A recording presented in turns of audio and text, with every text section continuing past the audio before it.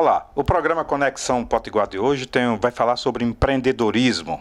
Como você está vendo, você já pode ver, a nossa mesa aqui, a nossa bancada está repleta de rótulos de cerveja. Mas não é uma cerveja qualquer, é uma cerveja feita no Rio Grande do Norte. Mais precisamente feita em Parnamirim, por parnamirinenses, por norte-riograndenses. Está conosco aqui o empreendedor Alisson Holanda, que além de dentista é um amante da cerveja e empreendedor. Meu caro Alisson, primeiro muito obrigado por nos visitar, por estar conosco. Nos conte como é que surgiu a ideia de fazer a cerveja artesanal, de fazer uma cerveja com a nossa água, com a nossa cara.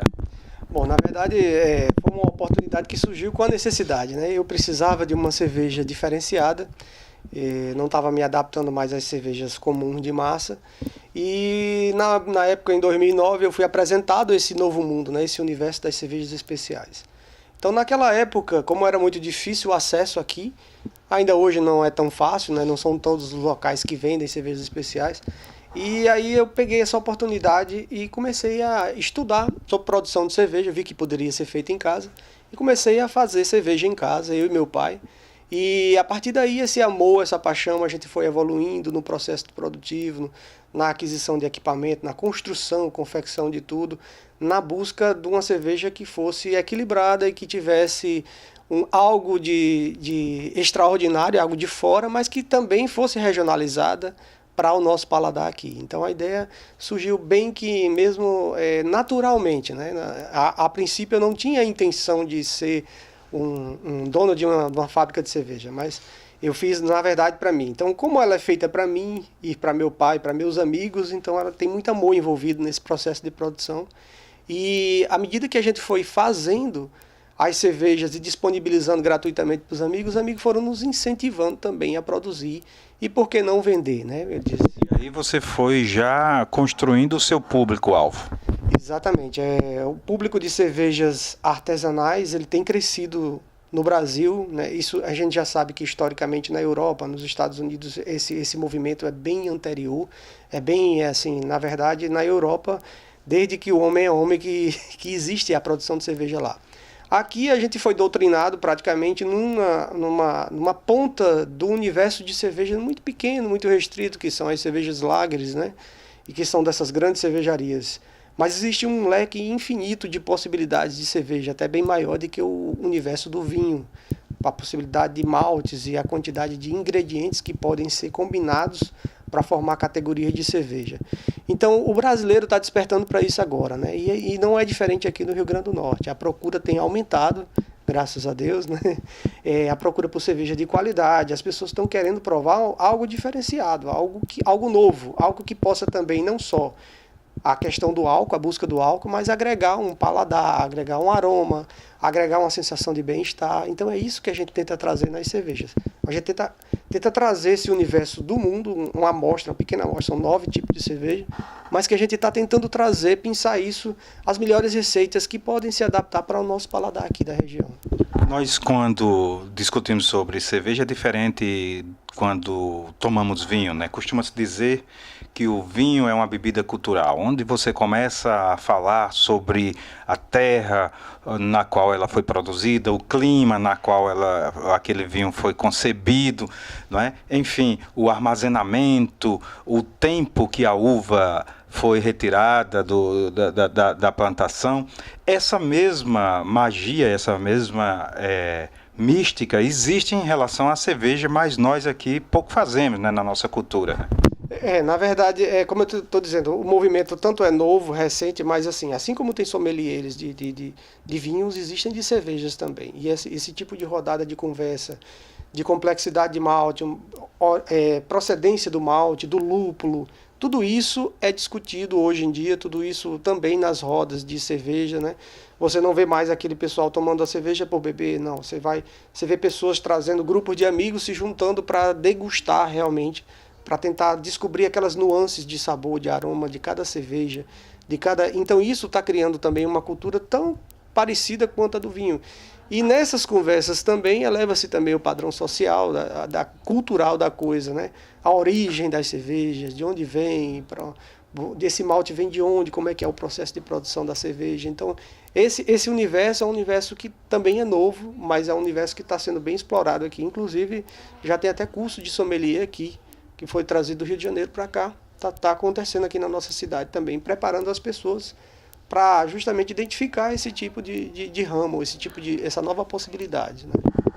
Meu caro Alisson, me diga qual a diferença da cerveja que a gente toma, que é chamada cerveja de milho, das cervejas em geral em relação à cerveja artesanal. E qual a diferença da cerveja internacional artesanal em relação àquela que é vendida como puro malte? Bom, a primeira pergunta, respondendo a sua primeira pergunta, a diferença entre as cervejas que a gente chama hoje de cerveja de massa, elas são, o foco de venda é bem diferente, né? Então o processo da logística da distribuição, então quanto mais você disponibiliza, mais. Então eles têm que baratear os custos. A legislação brasileira permite hoje que se acrescente até 45% de fonte de amido que não seja oriundo do malte de cevada, dentro da confecção de cerveja, aqui no Brasil, coisa que é inadmissível lá fora. No máximo chega a 10% lá fora. Esse seria como um tempero. Aqui não, aqui usa como base mesmo. Então o fato de você estar com 40% ou quase 50% de fonte que não seja de malte de cevada já descaracteriza por si só a natureza da cerveja. Então isso faz com que haja uma diferença bem distante entre esse tipo de cerveja e a cerveja especial. Esse é um ponto, né?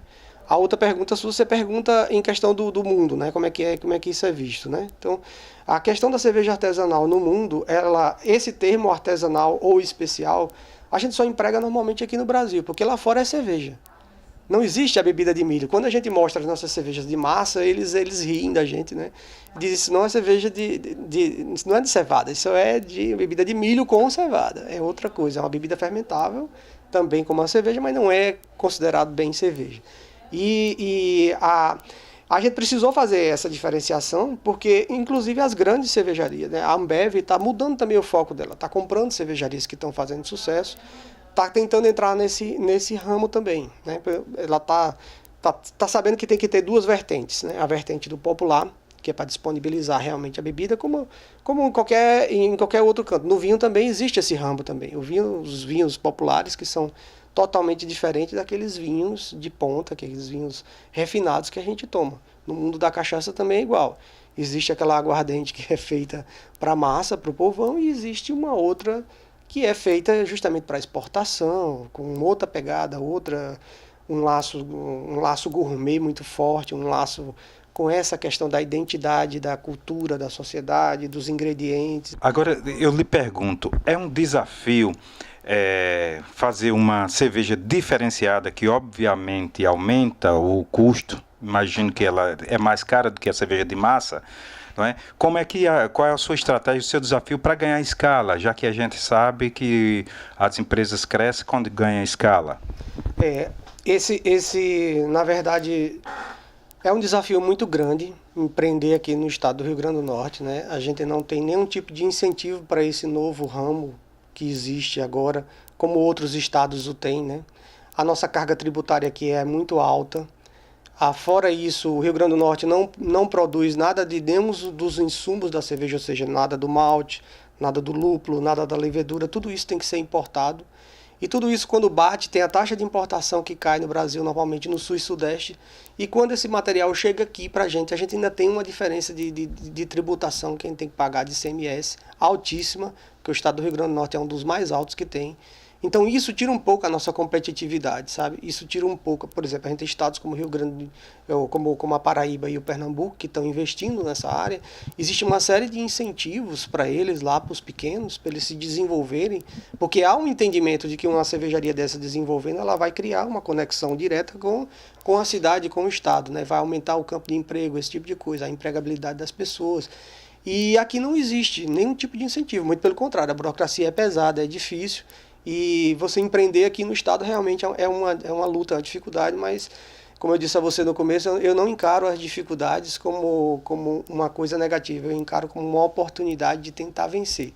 Então, por enquanto, a gente não tem competitividade, por exemplo, com o preço de nossa cerveja para colocar nos supermercados locais, chega uma Beerland que você vê de Santa Catarina, ela sai muito mais barata na linha de ponta do que o que a gente consegue produzir aqui exatamente, né? Então, isso é um dos pontos que faz com que essa alavancagem seja um pouco lenta.